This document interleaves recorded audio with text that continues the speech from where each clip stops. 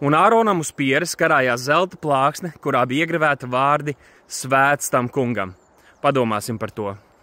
2. Mūzes grāmatā Dievs savai tautai dod konkrētus specifiskus norādījumus, kādai ir jāizskatās eiešanas teltī, šķirsta vākam un priesteru tērpam. Kāpēc tas viņam ir tik svarīgi? Kāds teiks, Dievam tad šīs lietas nav svarīgas, šīs āršķirīgās lietas, kā mēs dzīvojam, viņam galvenais ir sirds, es mīlu Jēzu. Nu, palasi Bībeli.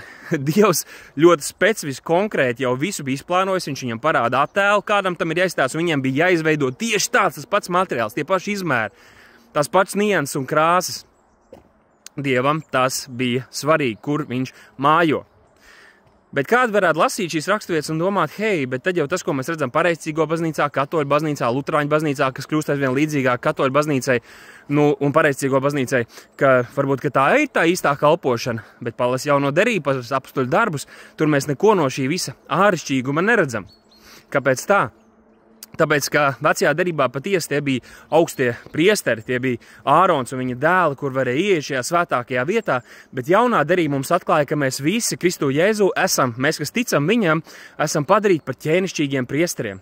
Ka šis priekškars, kas šķīra svēto no svētākās vietas, tas ir pārauts, tad, kad Kristus nomira pie krusta, un mums visiem ir pieeja pie Dieva tēva troņa, lai mēs saņemtu palīdzību atrast žēlstību īstā laikā.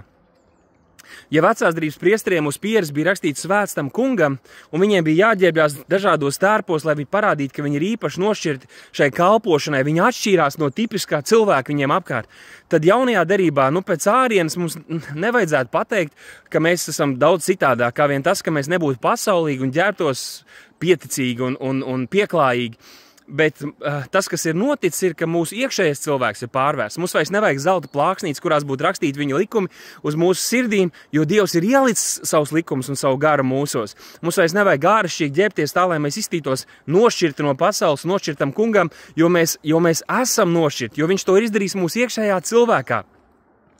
Un mūsu drēbe, šīs taisnās drēbes, ir tas kungs.